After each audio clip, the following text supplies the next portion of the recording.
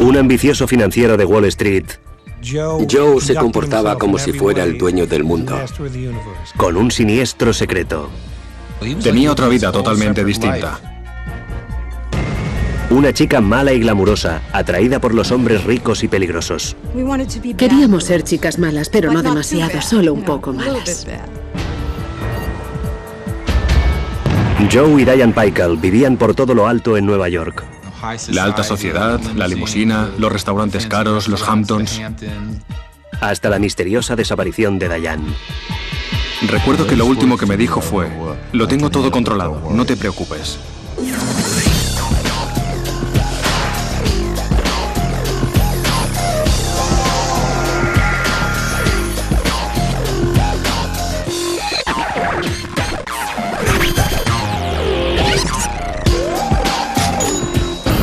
Crímenes imperfectos, ricos y famosos. Misterio en los Hamptons.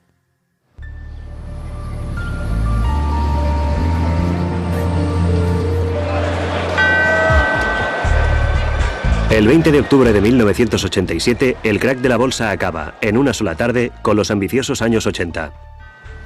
4 días más tarde, Diane Pikel, una mujer hermosa, rica y llena de glamour, se dirige hacia su residencia de verano para discutir de nuevo con su marido Joe, de quien se está separando.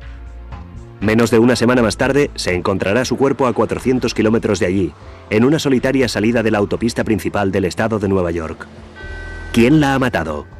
La respuesta provocará un escalofrío que se extenderá desde la parte baja de Manhattan hasta la selecta comunidad playera de los Hamptons, en Long Island.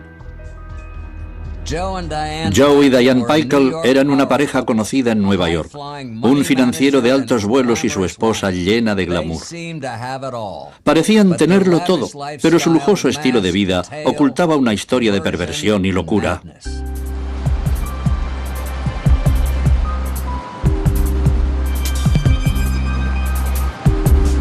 La ciudad de Nueva York, la capital del dinero, la moda, el glamour y el éxito.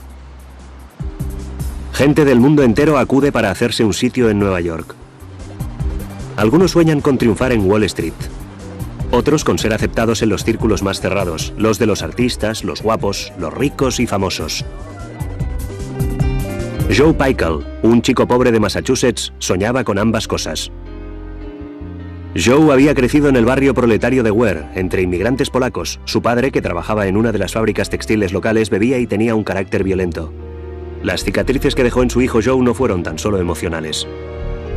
Más tarde contó a la gente que de niño había sufrido malos tratos. Su padre era alcohólico y le pegaba con tanta violencia que en cierta ocasión le había partido la mandíbula. A pesar de todo, Joe era un alumno excelente y había aprendido desde muy pequeño a ocultar sus sentimientos más íntimos. En secundaria le fue bastante bien. Formaba parte del club de fútbol, el Glee Club, y era buen estudiante. Estudió durante 5 años en la Northeastern University, donde se graduó con las mejores notas, magna cum laude. En la universidad había conocido a Sandy Jarvinen, una chica amable y sumisa con la que se casó. Joe era un hombre dominante, seguro de sí mismo y a ojos de Sandy muy carismático. En 1960 la pareja se trasladó a Nueva York y Joe entró a trabajar como gerente de cartera en Wall Street. Era el principio del gran boom de la bolsa de los años 60 y Joe se encontró en el momento adecuado, en el lugar adecuado. Los horarios eran brutales y la tensión también, pero el duro trabajo de Joe tuvo su recompensa. A finales de la década ya era un multimillonario que viajaba a menudo a Europa en el Concorde para controlar las acciones de sus clientes. Y la prensa financiera alababa su talento en los negocios. Era un hombre que había salido adelante por sus propios medios, con fuerza de voluntad, que confiaba en sus propias opiniones. Era un trapichero con las acciones y se hizo notar en la bolsa por su agresividad en los negocios. Pero lo que le aportaba éxito en los negocios causaba dolor en su casa. Joe intimidaba a Sandy y la maltrataba. Joe era muy violento con Sandy. En una ocasión le golpeó la cabeza con una estatua y ella cayó por las escaleras, semi-inconsciente. Se recuperó, consiguió llegar hasta el coche y huyó de la casa. A principios de los años 70, Joe se vio atrapado en una peligrosa espiral descendente. Se divorció de Sandy. Tenía deudas por casi $1 millón y sus colegas se quejaban de que a menudo estaba borracho y pendenciero en el despacho. Un día, tras una larga jornada de trabajo, una limusina vino a buscar a Joe a su despacho. Joe acusó al chofer de haberse acostado con Sandy. Cuando este lo negó, Joe sacó un revólver del 38 cargado y amenazó con matarle. No cabe duda de que Joe tenía un carácter sumamente inestable. El incidente del chofer no es más que una de las numerosas anécdotas en su vida, en las que de repente se enfurecía y sacaba un arma contra cualquier persona o cosa que se le interpusiera en su camino. Con su divorcio de Sandy, sus problemas financieros y su alcoholismo, era evidente que Joe necesitaba ayuda. En abril de 1976, Joe entró en Alcohólicos Anónimos, cerca de su apartamento del West Village. Conozco muy bien la sección local de AA en Perry Street. Yo mismo la frecuenté durante 2 años cada día. Allí, Joe se encontró de repente rodeado de artistas, intelectuales y escritores. Uno de ellos era una joven escritora, guapa pero con problemas, llamada Diane Whitmore. Diane Whitmore era la hija única de una acomodada familia de Indiana que soñaba con vivir en una capital entre escritores, artistas y espléndidas fiestas. Era una mujer fascinante, increíblemente divertida, elegante. Era interesante e inteligente. Diane se había graduado en 1965 en Mount Holyoke, un exclusivo colegio femenino. Decidió instalarse en el East Village de Nueva York con 2 ambiciones. Quería ser escritora y quería ser rica. Andaba en busca de experiencias más excitantes que la vida estudiantil y provinciana, que estuvieran llenas de glamour, ingenio, poesía, bohemia y un pequeño toque de violencia. Eso siempre le había atraído y no lo escondía en absoluto.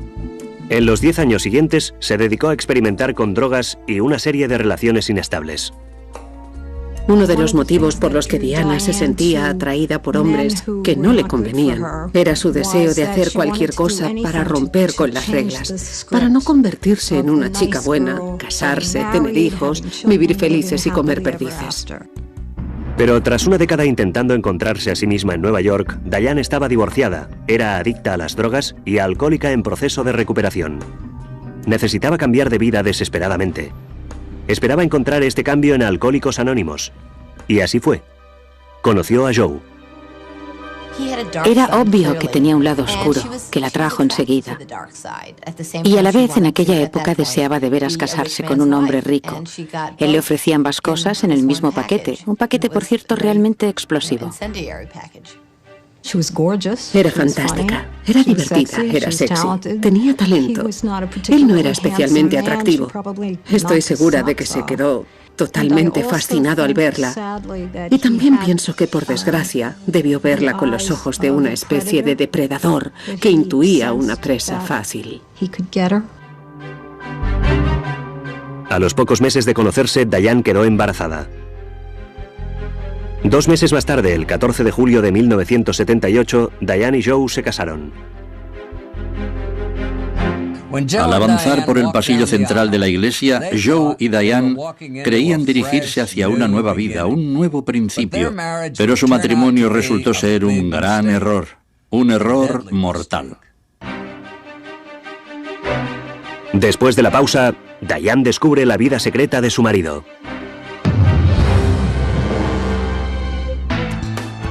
A principios de los años 80, la suerte sonreía de nuevo a Joe. Diane se quedaba en casa, cuidando de su hija Claudia y su nuevo bebé Blake. Cuando se casaron, ambos estaban en proceso de rehabilitación.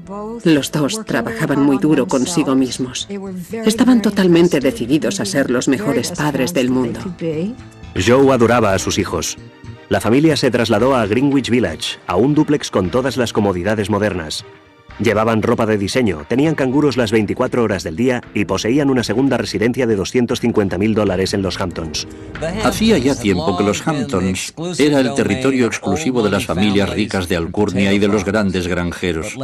Pero por supuesto, los nuevos ricos siempre querían acercarse a los ricos de siempre y por eso, en la década de los 80, mucha gente de la clase de Joe y Diane Pickle acudió a aquella zona.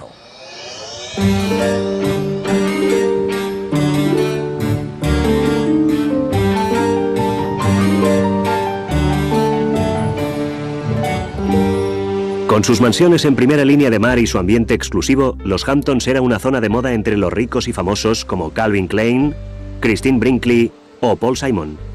Y el refugio de los Pycall en Amagansett estaba al borde de este mundo exclusivo.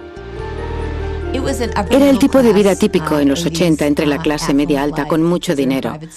Los niños iban a escuelas privadas. Ella había contratado un interiorista para decorar su apartamento de la ciudad y su casa de Amagansett. Diane estaba viviendo el tipo de vida que siempre había deseado. Pasaba los veranos en los Hamptons con los niños, mientras Joe se quedaba en Nueva York durante la semana y llegaba a Amagansett en limusina para pasar el fin de semana. Vista desde fuera, los Pycalls parecían tener una vida perfecta. Era una pareja que lo tenía todo, y creo que todo el mundo daba por supuesto que las cosas solo podían irles mejor todavía. Pero los buenos tiempos se terminarían pronto. El lado oscuro de Joe, su carácter inestable y su complejo de superioridad pronto se pondrían de manifiesto. Joe se sentía realmente por encima de las reglas de la sociedad. Era una persona muy empecinada y se comportaba como si fuera el dueño del universo, como si estuviera por encima del bien y del mal. Como con su primera mujer, Sandy, Joe quería controlar por completo la vida de Diane. Pero Diane no era como la primera esposa de Joe. Diane era una mujer muy batalladora. En esta relación, los dos eran personas con mucho temperamento que intentaban dominar al otro. Para una mujer resulta difícil ganar en una relación así, pero Diane no era ningún felpudo. Él le lanzaba la pelota y ella se la devolvía y las peleas iban subiendo de tono. Los peores ataques de Joe solían estar relacionados con los niños. Le parecía que pasaba demasiado tiempo fuera de casa y que abusaba de los canguros, de ayudas de todo tipo. Joe opinaba que ella era una madre demasiado despreocupada. No le gustaba su forma de criar a los niños. Era un tema que daba pie a encarnizadas peleas. A principios de 1987, tras casi 10 años de matrimonio, Diane parecía hacerlo todo mal, en opinión de Joe. La pareja no dormía casi nunca en la misma cama, y Diane empezó a sospechar que Joe tenía una relación con otra mujer. Pero estaba a punto de descubrir un secreto mucho más inquietante acerca de su marido.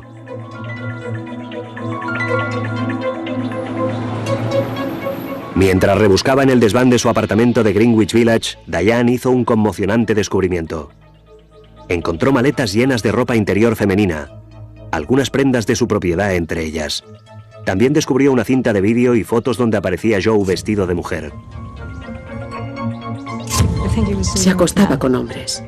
Se travestía. Llevaba una doble vida. Diane se quedó horrorizada y profundamente afectada. Empezó a gritarle: «Deja de robarme la ropa interior. Cómprate tu propia ropa». Se enfrentó a él, demostrándole que ya sabía que se travestía. Desesperada, Diane llamó al mejor abogado de Manhattan especialista en divorcios, Raúl Felder. No creo que estuviera viviendo una doble vida, creo que vivía una triple vida: profesional, acreedor con caución, de mucho éxito, en casa un poco extraña en la que maltrataba a Diane y luego tenía una tercera vida de travesti. Diane sabía que si le echaba de casa, Joe se marcharía con todo el dinero y ella no estaba dispuesta a que así fuera todavía. De manera que le entregó los vídeos y las fotos de Joe a su abogado y empezó a planificar su vida sin Joe. Armada con los vídeos, las fotos y el mejor abogado de Manhattan, especialista en divorcios, Diane parecía tener todas las cartas en la mano, pero no sabía que la baraja estaba amañada. En octubre de 1987, el multimillonario agente de bolsa Joe Pycall y su esposa Diane estaban al borde del desastre. Diane había descubierto la vida secreta de su marido como travesti adicto al sexo y Joe la acusaba de ser mala madre, que no se ocupaba de sus hijos.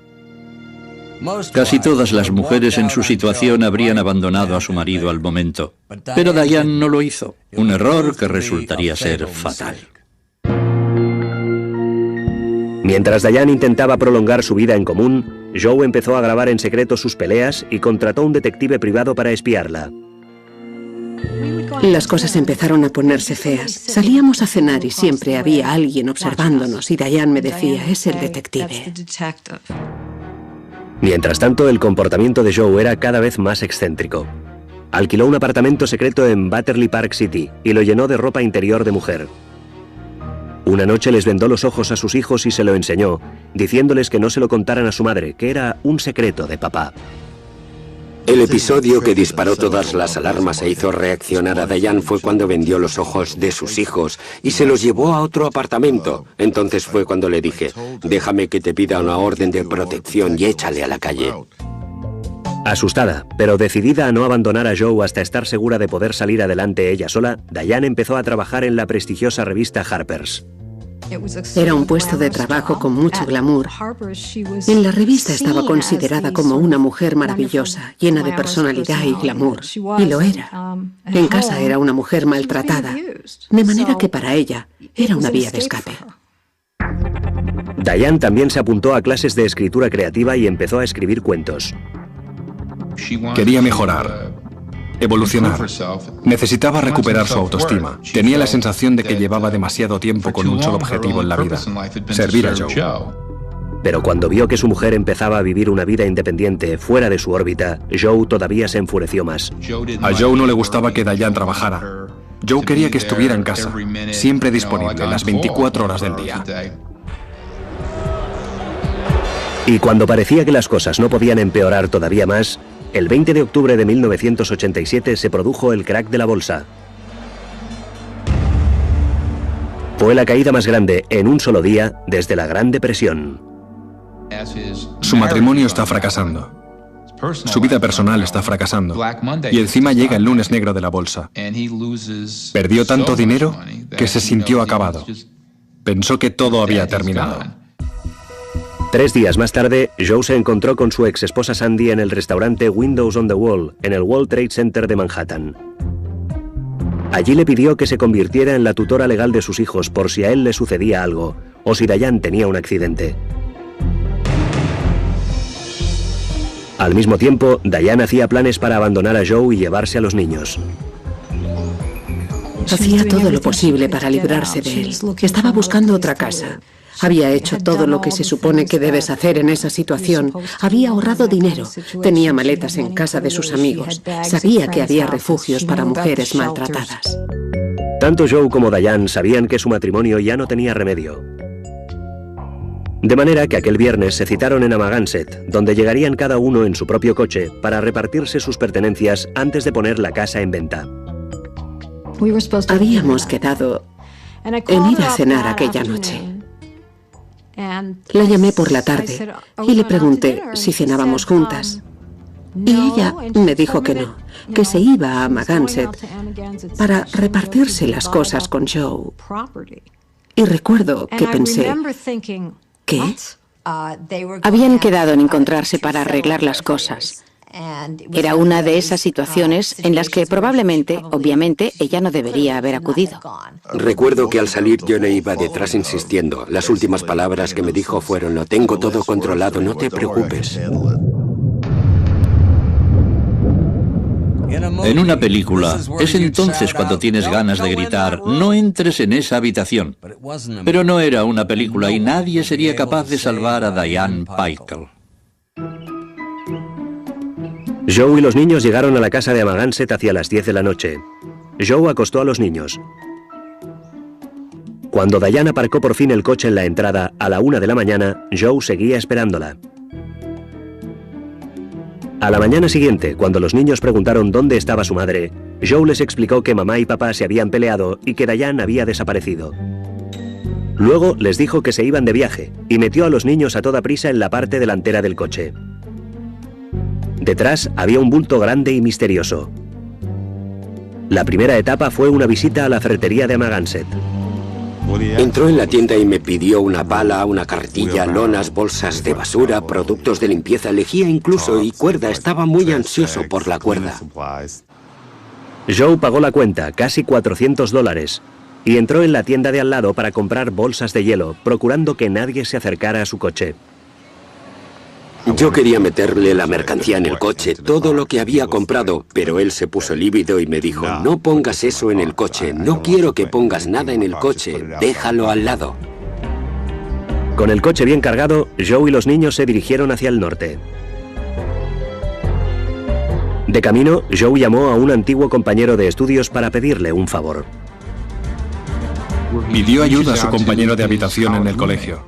Hacía más de 10 años que no le veía, pero le preguntó si podía cuidar de sus hijos durante el fin de semana. Tras conducir 250 kilómetros para dejar a sus hijos en casa de su amigo al norte de Nueva York, Joe siguió 300 kilómetros más para llegar a casa de su exesposa Sandy. Cuando por fin llegó, a las 4 de la mañana, enloquecido y desesperado, contó a Sandy que tenía que ocultar algo. Al principio, ella creyó que se trataba de alguna transacción financiera que Joe quería esconder, pero él le dijo que no, que quería enterrar algo en su patio trasero. A lo largo de la conversación, Sandy se dio cuenta de que estaba hablando de enterrar a Diane. Entonces, Joe confesó a Sandy que había matado a Diane y que llevaba su cadáver en el coche. Cuando Sandy se negó a ayudarle, regresó a Manhattan. Joe Pykel había perdido por completo el control. Un hombre que había sido adulado y considerado una especie de brujo de Wall Street y que de repente tenía que pedirle a su primera esposa que le dejara enterrar el cadáver de su segunda mujer en su patio trasero. ¿Qué más podía pasar? El lunes 26 de octubre de 1987, Joe se despertó en su apartamento de Nueva York. No cabía duda de que no iba a ser un lunes como otro cualquiera para Joe Pykel. En lugar de vestirse con uno de sus caros trajes italianos y dirigirse hacia su despacho de Wall Street, Joe no era ya más que un asesino y un fugitivo. Sus hijos seguían en el campo, en casa de su amigo, y el cadáver de su mujer seguía dentro del coche, aparcado en una calle lateral cerca de su casa. Llamó a la escuela de los niños para decir que no irían a clase aquel día. Luego inició su viaje de 2 horas para ir a buscarles. Pero primero tenía que deshacerse del cadáver de su madre. Al acercarse a la salida de Newburgh, vio una zona para aparcar en el arcén y supongo que se dio cuenta de que era seguramente su última oportunidad. Aparcó el coche, miró en la cuneta y dijo: «Tengo que deshacerme de esto». Joe estaba a pocos kilómetros de la casa donde estaban sus hijos cuando tiró del cadáver de su madre envuelto en lonas y lo arrastró 10 metros hasta una alcantarilla. Me pareció muy extraño que un hombre tan inteligente, tan respetado en el mundo profesional, hubiera tirado el cuerpo de su mujer en un lugar donde podían encontrarlo tan fácilmente. Tras recoger a sus hijos, Joe se dirigió hacia el tren de lavado de Stewart, en Newburgh. Parecía llevar días sin dormir. Estaba despeinado, con la ropa muy arrugada. Tenía realmente el aspecto de estar pasándolo muy mal. Joe pidió un servicio completo, un superlavado de $9, y parecía especialmente preocupado de que la parte de atrás del coche estuviera bien limpia, y dijo que pagaría lo que fuera para que se la limpiaran a fondo. Había una zona, si levantas el panel, en la parte de atrás del coche, que está más hundida. Insistió mucho en que quedara bien limpia, y no hacía más que volver una y otra vez para preguntarme si estaba muy sucia. Mientras le limpiaban el coche, Joe contaba a quien quisiera escucharle que se había peleado con su mujer. Empezó a contarme que su mujer le había dejado, que se había ido con un amante y que él había encontrado condones debajo de la cama, y que tenía que marcharse por un tiempo. Por eso se había llevado a los niños y se habían ido al campo. Cuando al cabo de 3 horas Joe y los niños se marcharon, los empleados del tren de lavado miraron en el container donde Joe había tirado varios objetos. Encontraron un cuchillo. Encontraron mucha ropa de mujer de tamaño muy grande, como de mujer muy grande, y zapatos de tacón de una talla también enorme. Les pareció tan sospechoso que llamaron a la policía local, que se presentó al momento en el tren de lavado. En cuanto vi el cuchillo y la cuerda y la ropa de mujer, me pareció muy sospechoso. Había tirado una foto de sus hijos. Yo también tengo un hijo rubio con los ojos azules y por un momento me impactó, me pareció muy extraño. ¿Por qué habría tirado eso? Joe no lo sabía, pero después de 2 días sin noticias de Diane, sus amigos se temían lo peor. Cuando me enteré que no había ido a trabajar, supe que estaba muerta. Lo supe y también supe que él la había matado. A las 10 de la mañana, Bill Glynn, del Departamento de Policía de Nueva York, recibió una llamada de una de las colegas de Diane en la revista Harper's. Insistió mucho. Dijo que estaba muy preocupada por la seguridad de Diane. Se temía que Joe tuviera a Diane encerrada en el sótano de la casa de Amagansett en Long Island. Pero poco después, Glynn recibió una llamada de Joe Pykel representando el papel de marido preocupado. Me dijo, solo quiero comunicarle que he tenido una discusión con mi esposa. Estaba buscando los zapatos de sus hijos debajo de la cama y había encontrado un condón que no le pertenecía. Se lo había echado en cara a su mujer. Habían tenido una pelea verbal. Ella se había marchado y no había vuelto desde entonces. Joe prometió a Glynn que le llamaría si Diane no aparecía antes de que anocheciera, pero la policía decidió tenderle una trampa. Joe recibió una llamada de alguien que le dijo haber encontrado sus tarjetas de crédito en el container al lado del tren de lavado de Newburgh. Se identificó como John Clancy, pero en realidad se trataba de John Smith, un policía de Newburgh. Al principio estaba tranquilo y bien, hasta que empecé a mencionar las tarjetas de crédito, la cartera, cosas así. Entonces se puso muy nervioso, empezó a tartamudear, sonaba como si tuviera canicas en la boca. Joe envió al chofer de su limusina para que recogiera sus tarjetas de crédito, pero al llegar allí no encontró ningún John Clancy esperándole. Para entonces la policía de Newburgh ya había seguido el rastro de las tarjetas de crédito hasta una dirección de Greenwich Village, en Manhattan, y los agentes avisaron a la policía de Nueva York. Les dije, no sé qué está pasando exactamente, pero creo que será mejor que vaya a hablar con ese tipo. Hacia las 12 de la noche, el detective Bill Glynn se dirigió hacia la casa de Joe para formalizar la denuncia de una desaparición. Pykel me pareció un poco extraño. Tenía la sensación de que intentaba ocultar algo, aunque no sabía qué. Cuando le pregunté si no estaba ansioso por la desaparición de su mujer durante más de 24 horas, me dijo que no era la primera vez, que tarde o temprano acababa apareciendo. Al día siguiente, la policía registró la casa de Joe y Diane en los Hamptons. Hay un cementerio muy cerca de la casa. Nuestra primera impresión fue que podía haberla enterrado allí, de manera que mientras registrábamos la casa, también rastreamos con perros en el cementerio para ver si había alguna zona con la tierra recientemente revuelta. Las pesquisas en el cementerio no dieron resultados, pero en la casa encontraron algo que parecía apoyar la historia de Joe.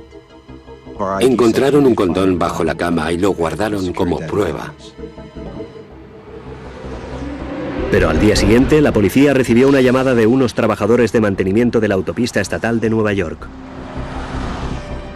Recibí una llamada de comisaría diciendo que habían encontrado un cadáver junto a la autopista, que habían encontrado una mujer muerta en el kilómetro 90, milla 56,5. Poco tardó la policía en identificar el cadáver como el cuerpo de Diane Pykel.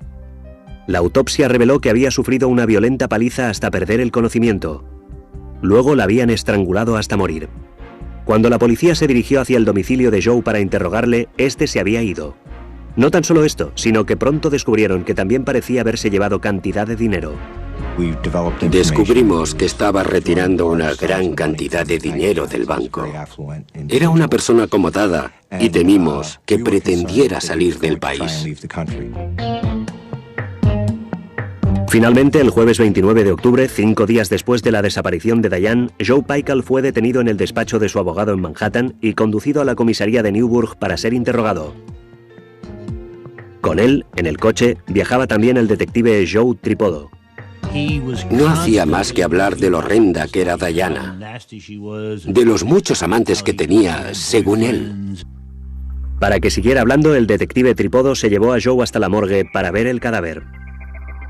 Sacaron el cadáver en la morgue y Pykel la miró. Yo le estaba observando de cerca para ver si tenía alguna reacción especial. Solo la miró y dijo, es ella.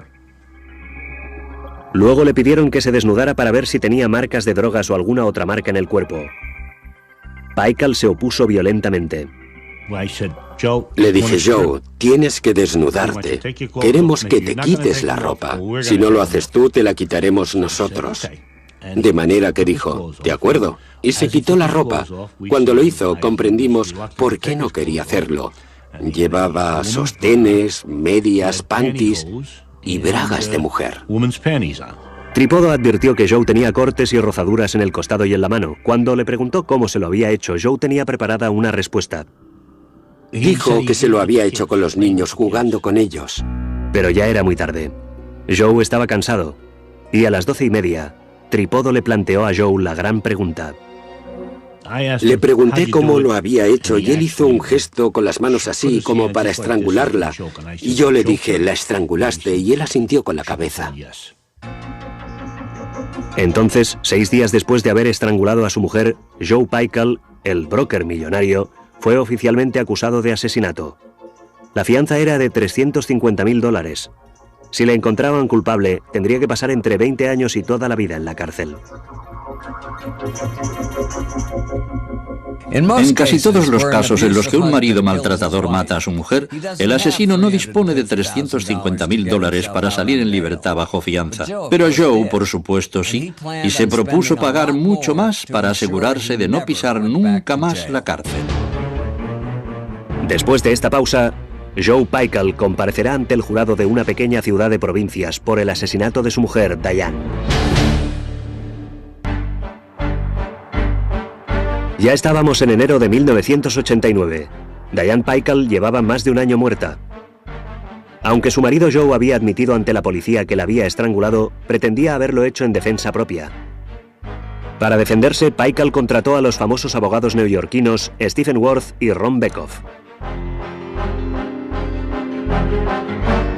Sería un proceso muy interesante, sin duda. Era la palabra de Joe y su dinero contra las pruebas recogidas por las autoridades. Además, y para colmo, Joe se había casado de nuevo. Su nueva esposa era una diseñadora de moda de Manhattan llamada Mary Bain. Un día de verano apareció con ella en mi despacho y me la presentó. Estuvimos charlando cerca de 1 hora y luego me dijo, ¿qué te parece? ¿Puedo casarme? Yo le dije, Joe, no me parece bien. Me preguntó por qué y yo le dije, mira, si de repente apareces con una nueva esposa, quizá digan que este era el móvil. Se marchó del despacho y 2 días más tarde me enteré por teléfono de que ya estaban casados. ¿Cómo es posible que una mujer intime tanto y tan rápido con una persona acusada de asesinar a su esposa? Quiero decir, me pareció alucinante. Como el cuerpo de Diane había aparecido al norte de Nueva York, el juicio se celebró en Goshen, una soñolienta localidad a 2 horas de distancia de Manhattan. Este detalle jugaba en contra del equipo legal de Joe, acostumbrado a lidiar en la gran ciudad. Teníamos la sensación de que estábamos jugando con desventaja y que sin duda Joe, por no decir todos nosotros, aparecería como un rico y famoso de Nueva York, el tipo de urbanita de Manhattan que tampoco gusta en el campo. Buenos días, señoras y señores. El 26 de enero de 1989 finalizó la selección del jurado y se inició la vista. Eran 11 hombres y una mujer. Y nosotros enseguida pensamos, madre mía, ¿entenderán esos tipos cómo es una mujer de Greenwich Village? ¿No dirán enseguida, bueno, se la había buscado? Los abogados de Joe hicieron todo lo posible para congraciarse con el jurado, pero no pudieron controlar a la nueva esposa de su cliente, Mary.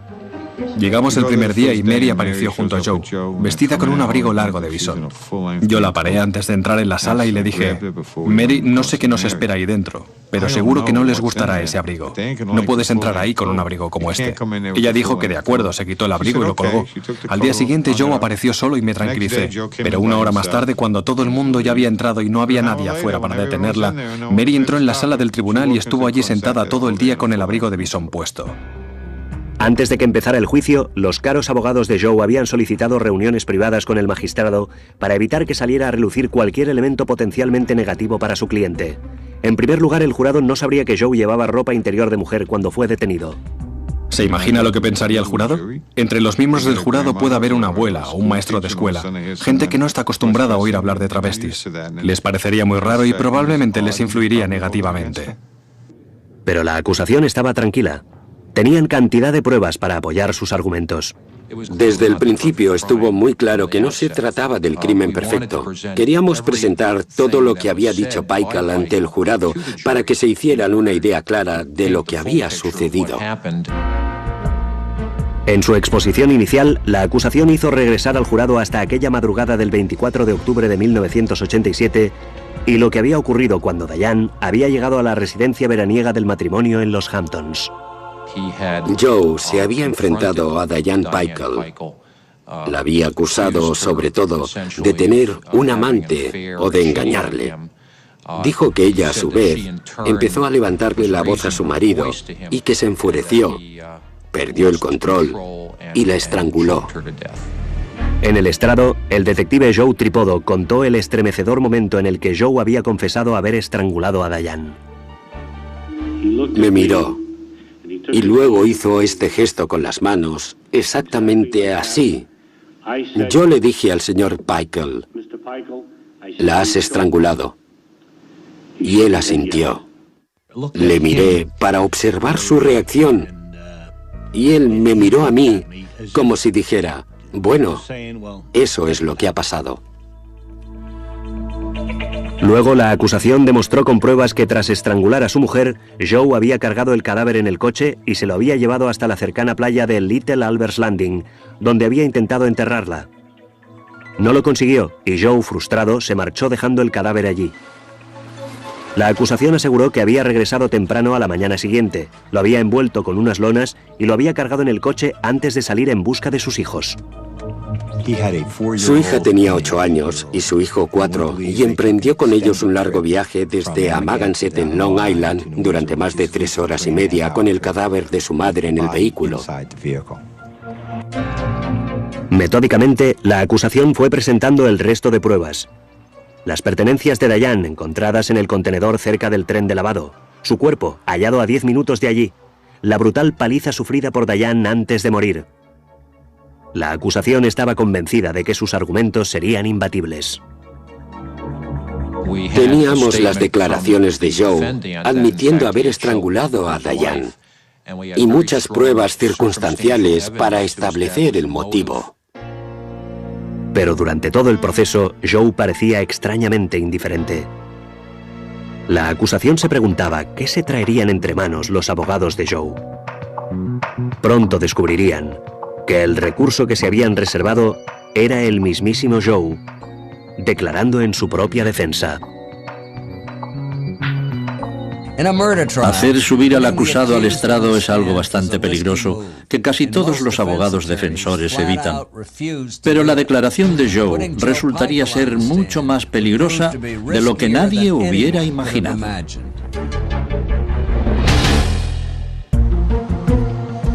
Ya hacía más de un mes que se había iniciado el juicio por asesinato contra Joe Peikel.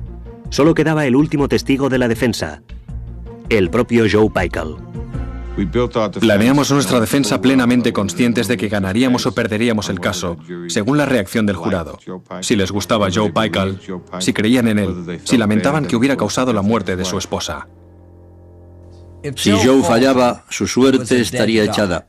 Pero sus abogados llevaban semanas ensayando con él y confiaban en que pudiera cumplir con su cometido. Sin embargo, la mañana en que estaba previsto que prestara declaración, Joe no se presentó. Aquella mañana, a las 9:30, Joe Peikel no estaba.